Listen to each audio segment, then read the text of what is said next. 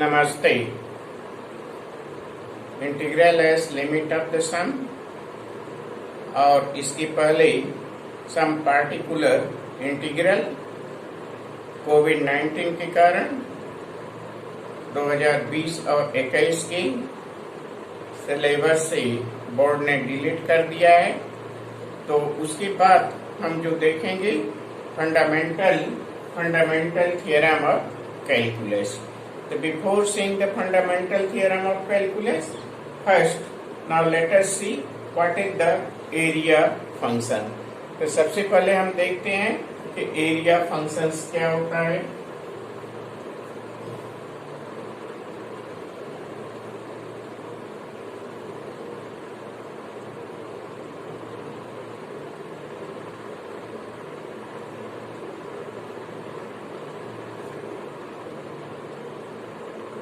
x dash y dash this is the g. Now let us see what is the area functions. We see a graph. This graph is a functions y equal to fx be a function, and this function is continuous in the closed interval AB. This function is continuous in the closed interval AB, and here is the x. This function is continuous in the closed interval AB. A functions y equal to fx be a function, and this is the continuous. fx be continuous in interval AB, and x हम कोई इसमें small element लेते हैं। Small element जैसे यहाँ से अगर हम ये स्मॉल एलिमेंट लेते हैं, हम इसमें कोई स्मॉल एलिमेंट लेते हैं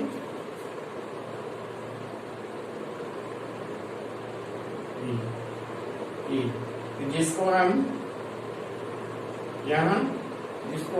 वेरी स्मॉल dx कर सकते हैं, dx। और a फंक्शंस क्या है हमारा ax। ax क्या है fx, ये हमारा fx है। तो x पर वैल्यू यहाँ क्या हो जाएगा fx। यहाँ जो हमारा वैल्यू होगा हाइट क्या होगा, यहाँ हमारा जो वैल्यू होगा, यहाँ जो हम वैल्यू लेंगे, ये हम जो वैल्यू लेंगे, ये हमारा वैल्यू क्या होगा, ये वैल्यू जब हम लेंगे तो ये हमारा हो जाएगा यहाँ जब वैल्यू हम लेंगे ये होगा हमारा fx की हाइट होगा। ax हमें एरिया फंक्शंस निकालना है। एरिया फंक्शन हमें देखना है। तो एरिया फंक्शंस इस पूरे पोर्शन का एरिया, इस पूरे पोर्शन का एरिया ए से एक्स तक मतलब x माइनस ए इंटू एफ एक्स करेंगे, x माइनस ए डिस्टेंस इंटू ए डिस्टेंस करेंगे। अगर हम कोई स्मॉल डिस्टेंस लेते हैं, यहाँ कोई स्मॉल डिस्टेंस लेते हैं, इस तरह से कोई स्मॉल डिस्टेंस लेते हैं, ये कोई स्मॉल डिस्टेंस लेते हैं, ये हमारा हो गया fx हो गया, और यहाँ हो गया dx। fx into dx small area, और ये हमारा स्मॉल एरिया कहाँ से कहाँ तक है, ये हमारा स्मॉल एरिया कहाँ से कहाँ तक है, a से x तक, यहाँ से यहाँ तक। तो इसको हम करते हैं a to x। इस फंक्शन को हम कैसे रिप्रेजेंट करते हैं ax से। तो this function is known as area function. तो इसको हम क्या कहते हैं area functions. This one is the area of functions. y equal to fx be a continuous function in the closed interval AB and we want to find the area of this portion. इस portion का हम area निकालते हैं, छोटा सा portion लेते हैं, fx इसका हाइट हो जाएगा, तो fx into D x, fx into D x इस छोटे पोर्शन का एरिया हो जाएगा। और a से x यहाँ से यहाँ तक के छोटे छोटे छोटे छोटे पार्ट का छोटे छोटे पोर्शन में इसको डिवाइड करें तो रेक्टेंगल के फॉर्म में डिवाइड होगा, लेंथ इंटू ब्रेथ, तो लेंथ इंटू ब्रेथ का मल्टीप्लाई करेंगे, लेंथ इंटू ब्रेथ का मल्टीप्लाई करेंगे तो एरिया आएगा। और a से x तक सभी छोटे छोटे पार्ट का एरिया ऐड कर देंगे। इंटीग्रल हमारा यहाँ समेशन रिप्रेजेंट कर रहा है, ऐड कर देंगे तो ए एरिया हो जाएगा। तो ए एरिया फंक्शन हो गए। अगर ए से बी तक का एरिया फाइंड आउट करना है तो ए से बी तक का एरिया फाइंड आउट करने के लिए इस पूरे को यहाँ से यहाँ तक छोटे छोटे पार्ट में डिवाइड करेंगे और इंटीग्रल निकाल लेंगे। ठीक, तो this is the known as the area function. तो दिस इज एरिया फंक्शन। इसके बाद है first fundamental theorem of integral calculus.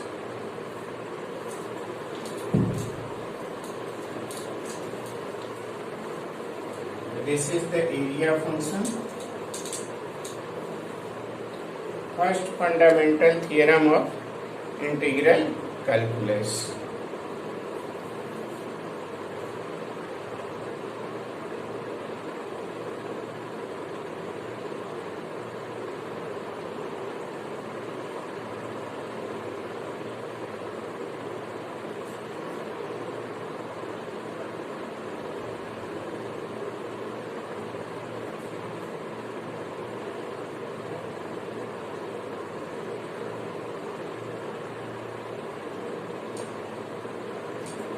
First fundamental theorem of integral calculus. So let f be a continuous function. Let f be a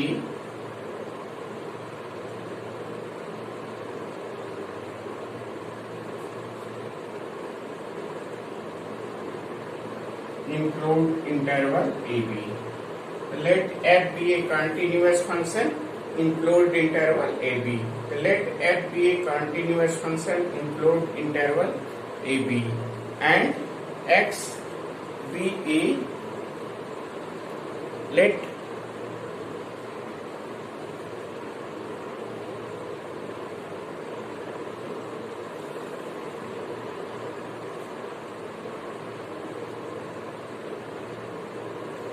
and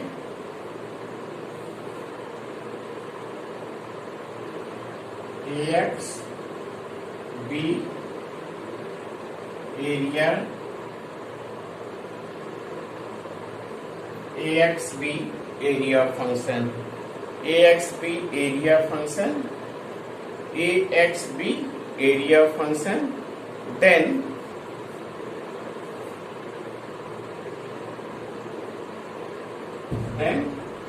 area function, or area function is what? Fx be area function in this way. Integral of area function fx dx, that is a to x. So this is the area of functions. Then a dash x, derivative of a dash x. fx क्या है? fx is the antiderivative. fx is integral is what? Antiderivative of a function. The fx is the antiderivative of the function. So what is the derivative of this? Derivative of this is fx. a dash x का derivative क्या होगा? fx, क्योंकि f dash x का integral क्या है? fx. The fx is the antiderivative of a function. The a dash x, that will be fx. fx होगा x belongs to closed interval AB. For all, here is the for all, यहाँ लिखते हैं fx, and here is for all, for every,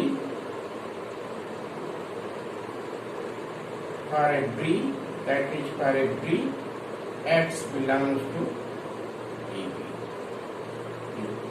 ये हमारा हो गया first fundamental theorem. Then a dash x equal to fx. The derivative of this is fx. So this is the first fundamental theorem. Second fundamental theorem.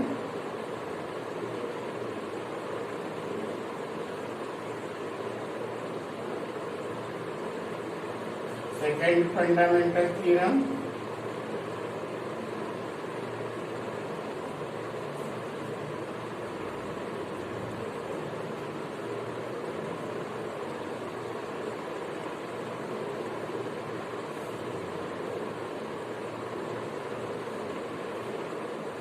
Second fundamental theorem. Second fundamental theorem of integral to let f be a continuous function on the closed interval AB. Same f be a continuous function on the closed interval AB. That is same f is a continuous function on the closed interval AB, and f be antiderivative of f. That is first, f be a continuous function in AB and f be a continuous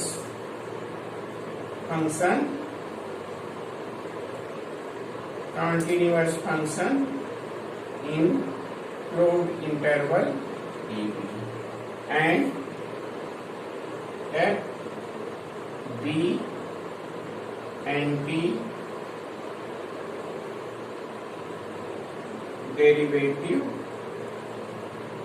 antiderivative of f. f क्या है? Continuous function है A B interval में, और f क्या है? Antiderivative of f. Then integral of, then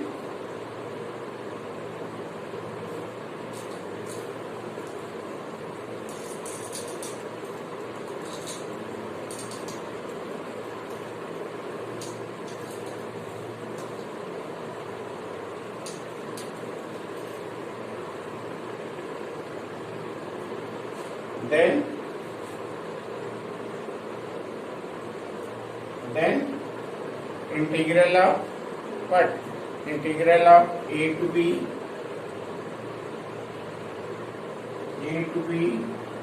fx dx, that will be equal to fx, that is a to b, and that will be fb minus fb. This one.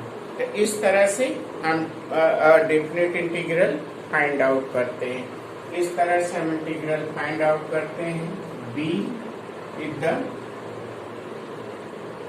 Upper limit, a is the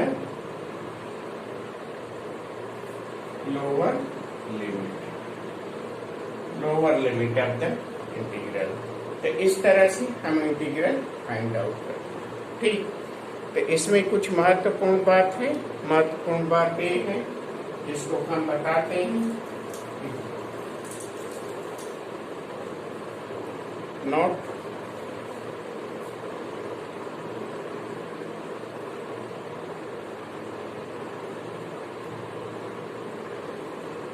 here the important thing is the in this. The important thing is that what? The integral a to b fx dx. This integral fx dx. So this is what? In this, the importance is f need to be well defined. F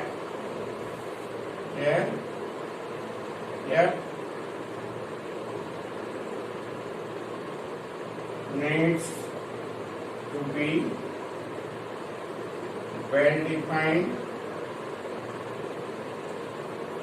f needs to be well defined and continuous. Well defined and continuous. The f needs to be well defined and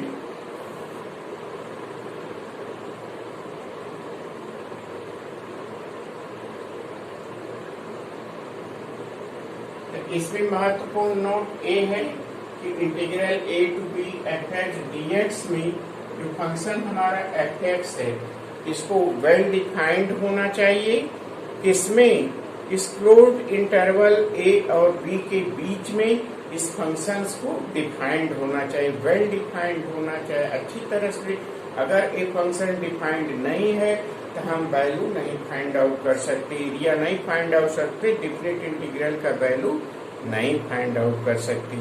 जैसे हम कोई एक example लेते हैं, अगर हम कोई consider करते हैं फंक्शन, अगर हम एक इंटीग्रल कंसीडर करते हैं, integral of -2 to 3 x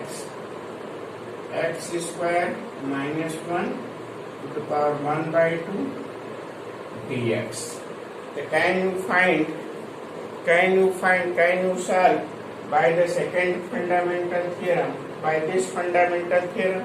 If this, the first you check whether we can solve this with the first fundamental theorem or not. तो चलिए देखते हैं इसको हम फर्स्ट फंडामेंटल थ्योरम से सॉल्व कर सकते हैं कि नहीं। ठीक, तो ये जो फंक्शन दिया हुआ है fx, this function fx, since here is the fx is what? This one. Since this fx, that is x square -1, 1/2 is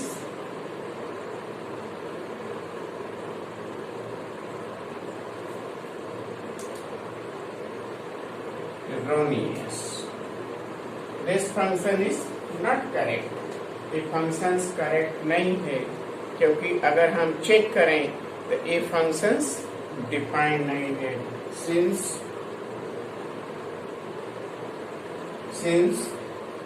x square -1/2, x square -1/2. Now if you check, so then you see here you see this is what? X square -1. We can write this portion only, x square -1. So this will be what? X. So this is always greater than equal to 0. So this implies that what? X is 0. And here you see in this x square -1 is greater than equal to 0. So now in this x square is greater than equal to 1. X square is greater than equal to 1. The x square is greater than equal to 1. It means that now if you solve, so this implies that x is equal to +-1. It means that -1 is less than equal to x is less than equal to 1. It means that x lies between -1 to 1, but our interval is given -2 to 3. X lies between -1 to 1. So this function is defined only -1 to 1, not -2 to 3. The absence fx is this. The fx is not defined. Then f is not defined. F is not defined. F is not defined. F is not defined in which portion? In this. The F is not defined in portion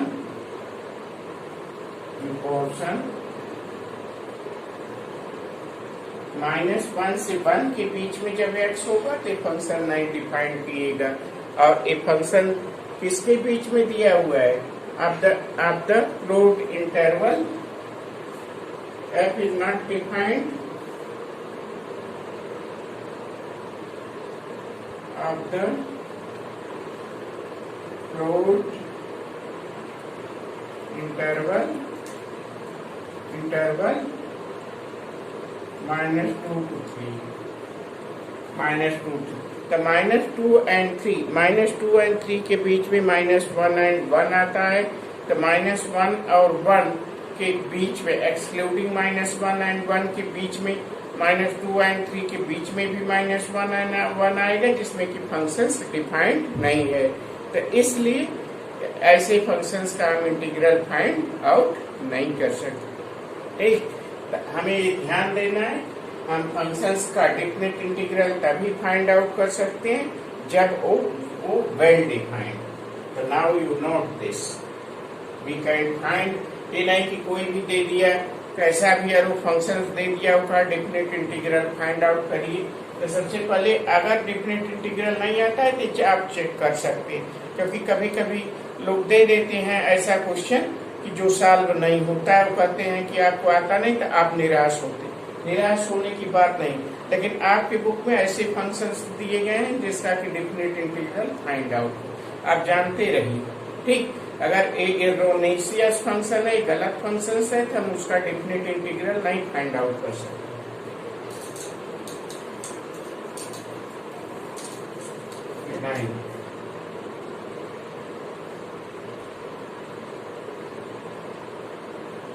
question number 1 7.9, तो find the definite integral of 1 to 1, this will be given -1 to 1 x plus 1 dx। ये हमें solve करना, इसका find out करिए definite integral. चलिए first second fundamental theorem से इसको solve करते हैं। ठीक, इसका इंटीग्रल फाइंड आउट करिए। इंटीग्रल फाइंड आउट करिए x²/2 प्लस x -1 तो सबसे पहले हम 1 वैल्यू रखेंगे, 1 रखेंगे तो हो जाएगा हमारा क्या 1/2 प्लस 1 -1/2 और -1। ठीक, ओपन करेंगे, ये हो गया 1/2 प्लस 1 प्लस 1/2 और यहाँ हो गया माइनस यहाँ वैल्यू लिखेंगे, सॉरी 1 वैल्यू रखे, सबसे पहले रखे 1/2 1, फिर हमारा हो गया माइनस, फिर -1/2 -1, तो -1 से 1। ठीक, यहाँ वैल्यू हम लिखे वो सारी, यहाँ आप देखिए ये आएगा x²/2, इंटीग्रल आएगा x²/2 प्लस x, यहाँ हमारा 1/2 प्लस 1 हो गया, यहाँ -1 रखेंगे तो प्लस 1/2। ठीक, प्लस 1/2 होगा, यहाँ -1 रखेंगे तो प्लस 1/2 होगा और -1। अब 1/2 प्लस 1 और यहाँ -1/2 और प्लस 1/2 कैंसिल हो गया, डिफरेंट इंटीग्रल हो गया हमारा 2। ठीक,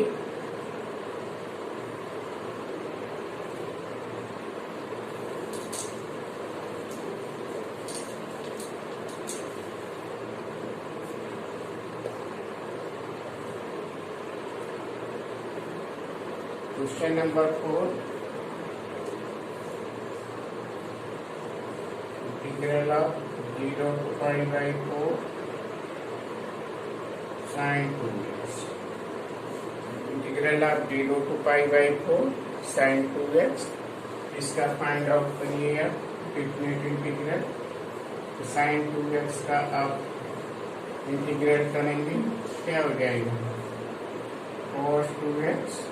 साइन का cos 2x नेगेटिव होता है अपॉन, अब ये हमारा हो गया वैल्यू 0 to π/4। यहाँ π/4 रखेंगे, क्या हो जाएगा इक्वल टू, यहाँ π/4 रखेंगे तो हमारा हो जाएगा cos माइनस साइन बाहर करते हो जाएगा cos π/2 0.2। π/4 वैल्यू रखेंगे तो π/4 2 जब π/2 हो गया 0.2। अब 0 रखेंगे दिया जाएगा cos 0। वैल्यू रख देते हैं cos, यहाँ cos 0/2 होगा ना, cos 0/2, यहाँ वैल्यू क्या आ जाएगा 1। ये वैल्यू हो जाएगा हमारा 1। ठीक, cos 0 का वैल्यू हो गया 1। तो ये हमारा वैल्यू हो गया 1/2। ठीक, अब हम करते हैं 9 देखते हैं। क्वेश्चन नंबर 9 है find the definite integral of 0 to 1 dx under root 1 minus x square। तो under root 1 minus x square का इंटीग्रल आप जानते हैं क्या होता है, साइन इनवर्स x। वैल्यू रखी थी 0 से 1, ये हमारा हो गया sine inverse 1 minus sine inverse 0। तो साइन इनवर्स 1 का वैल्यू क्या होगा 0। तो साइन इनवर्स 0 1 का वैल्यू क्या हो जाता है, साइन इनवर्स 1 0, साइन 0 वैल्यू होता है, और साइन इनवर्स 1 तो साइन π/2। तो ये हो गया हमारा π/2 और ये हो गया 0, that will be equal to π/2। ये होगी। ठीक, अब हम क्वेश्चन देखते हैं।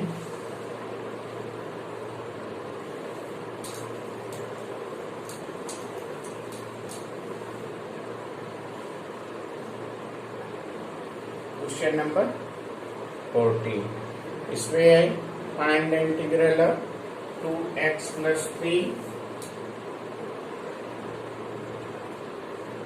2x plus 3 and 5x square 5x square plus 1 5x square plus 1 dx।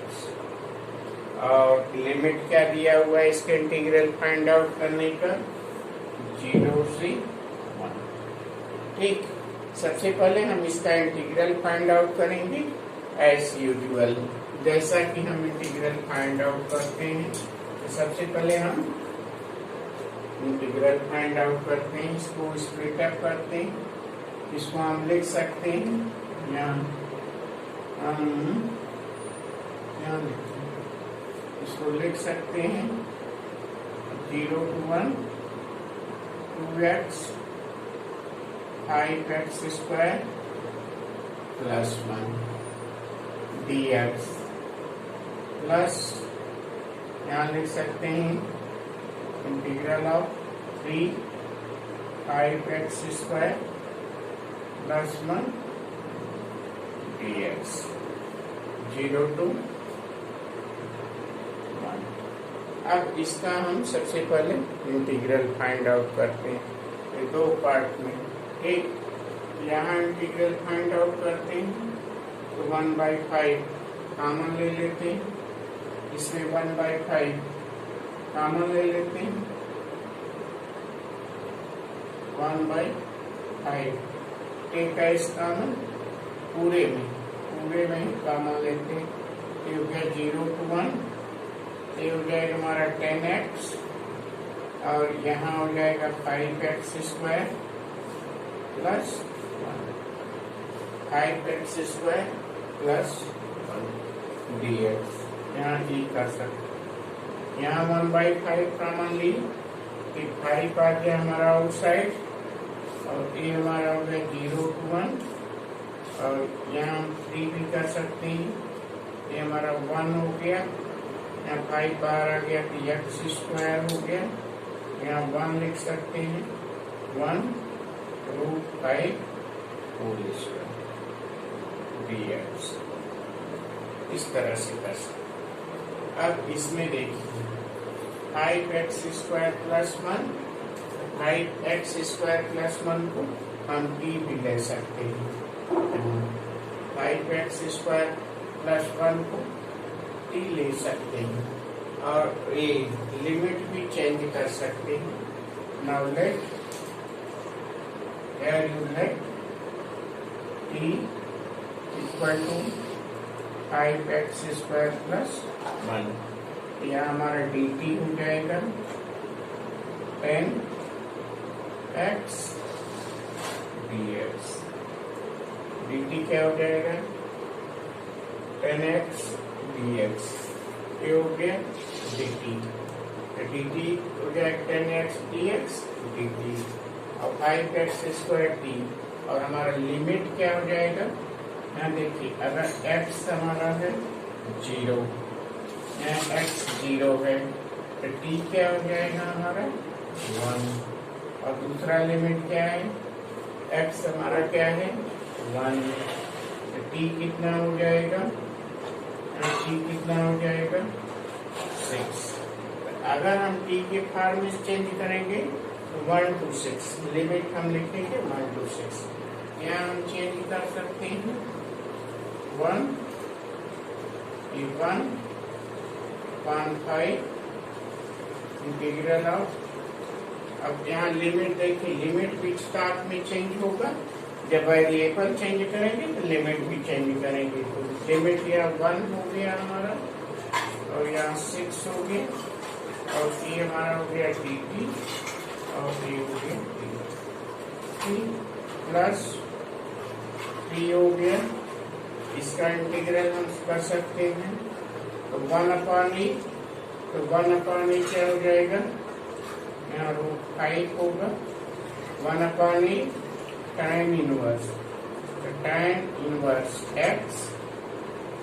x by ए, यहाँ हमारा हो जाएगा √5x, x बाई ए तो x अपन 1/√5 तो √5x ये हो जाएगा हमारा और यहाँ हो जाएगा 1/e और इसका वैल्यू हम रखेंगे यहाँ 0 to 1।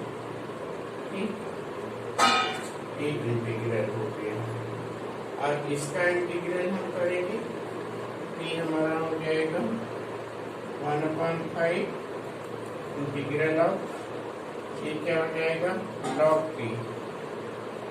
t log of t mod of t और वैल्यू हो जाएगा 1 to 6 प्लस यहाँ हो जाएगा 3 to 5 और यहाँ हम वैल्यू रखते हैं, यहाँ हम वैल्यू रखते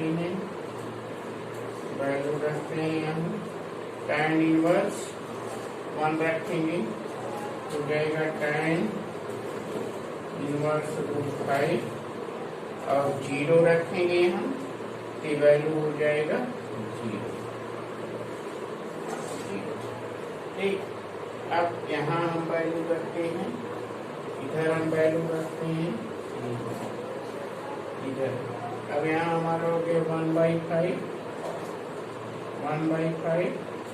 यहाँ वैल्यू करते हैं तो log 6, ये log 6 आ जाएगा, 1 log 1 0 होता है, log 6 माइनस log 1 का वैल्यू 0 और यहाँ हो गया 3√5, यहाँ हो गया प्लस 3√5 tan इनवर्स √5। ठीक, अब 5 से आप मल्टीप्लाई भी कर सकते हैं, या छोड़ दीजिए। 5 से मल्टीप्लाई करेंगे 5√5 हो जाएगा, छोड़ देंगे, छोड़ सकते हैं। तो ये हो गया हमारा। और अगर सिंप्लीफाई कर सकते हैं तो ये कर सकते हैं 1/5 log 6 हो गया। और यहाँ 5 करेंगे तो √5 from कैंसिल हो गया, तो 3/√5 हो गया tan इनवर्स √5। ये हमारा आंसर है। तो ठीक, तो इस प्रकार से हम ये डेफिनेट इंटीग्रल फाइंड आउट कर सकते। ठीक, तो ये हमारा हो गया क्वेश्चन नंबर 40। 0 to pi है, 0 to pi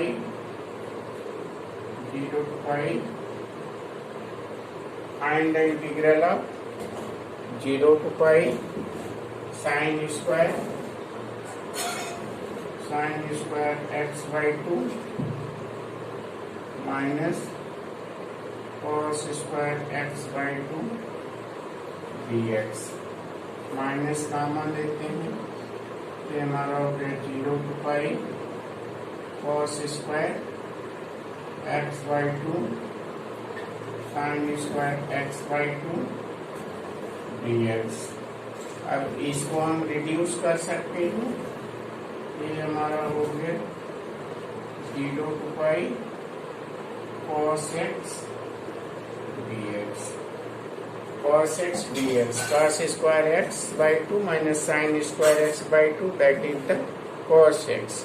अब cos x का इंटीग्रल देखते हैं, माइनस ये आप जानते हैं sin x 0 to pi, value रख दीजिए sin pi माइनस sin 0, दोनों का वैल्यू 0 होता है, तो this will be equal to 0। तो इसका डेफिनेट इंटीग्रल क्या हो गया 0। ठीक, तो इसमें कोई प्रॉब्लम नहीं, definite integral is 0। Now let us see next question and the last question, question number 20।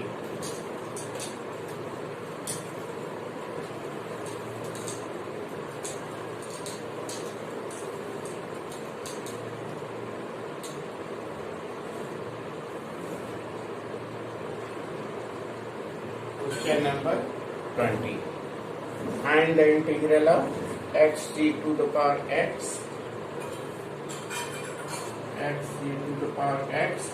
plus sin pi x/4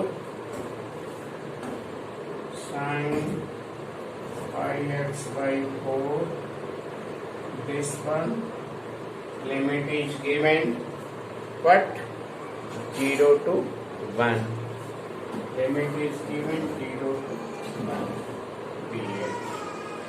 So find the integral of this। So now this integral is in two parts, so let us see that 0 to 1, first part x e to the power x dx plus 0 to 1 sin pi x/4 dx। Now find the integral of this। Now in this is the what? Product of the two functions। So how you find the integral of this product of two functions? To find the integral of this, we see to choice of the first function by this islet। So now in this algebraic function and exponential function, algebraic function का letter पहले आता है, इसलिए algebraic function को first लेंगे। This is the first function algebraic function is first and exponential function is second, that integrate this by cos. So now let us see integration by cos. The first function and integral of second minus integral of differential coefficient of first x का differential coefficient 1 होगा, integral of second x होगा, so that is the dx. Differential coefficient of first function integral of second minus integral of differential coefficient of first integral of second, that is the dx. This one, and this will be what? The lines between 0 to 1. And second integral of this is what? Sin to minus and cos pi x by 4 and upon pi by 4, so that is the 4 by 5. This one, and this is what? 0 to. Now find the value of this. Here first you write the integral in this x e to the power x. This is the 0 to 1. In this minus integral of e to the power x. This will be 0 to 1 minus this is 4 by 5 cos pi x by 4. This is the 0 to 1. ठीक, अब इसका integral करेंगे, इसका value रखेंगे, 1 रखेंगे, 1 रखेंगे, ये हो जाएगा हमारा e, 1 रखेंगे, 0 रखेंगे, ये हो जाएगा 0, ये हमारा हो गया e माइनस, इसमें 1 रखेंगे, e हो जाएगा, 0 रखेंगे तो -1 यहाँ वैल्यू रखते हैं, यहाँ cos 1 रखेंगे, cos pi by 4 का वैल्यू 4 by 5 हो जाएगा, cos pi by 4 1 by 4, और यहाँ 0 रखेंगे माइनस हो जाएगा 4 by 5 cos 0 रखेंगे 1, e minus pi by 4 हो गया। इसको सिंप्लीफाई कर, e माइनस e कैंसिल हो गया, ये हमारा आ गया 1 आ गया, और यहाँ क्या आ गया minus 2√2 by pi 2√2 by pi, और ये हो जाएगा प्लस 4 by 5। ये वैल्यू हमारा हो गया, हमारा वैल्यू ये आ गया 1 प्लस 4 by 5 माइनस 2√2 अपॉन 2 ठीक, ये हमारा हो गया डेफिनेटिव इंटीजर। ठीक, इस तरह से आपका 7.9 के सभी क्वेश्चन हो गए। इसमें कुछ क्वेश्चन बचे हुए, सभी महत्वपूर्ण क्वेश्चन मैं कर दिया हूँ जो कि इसी पर आधारित है, और उन सभी क्वेश्चंस को आप कर सकते हैं, उसमें कोई प्रॉब्लम नहीं होना चाहिए, क्योंकि उन सभी क्वेश्चन को आप कर सकते हैं। ठीक, तो वो आप कर लीजिए। ठीक, थैंक यू।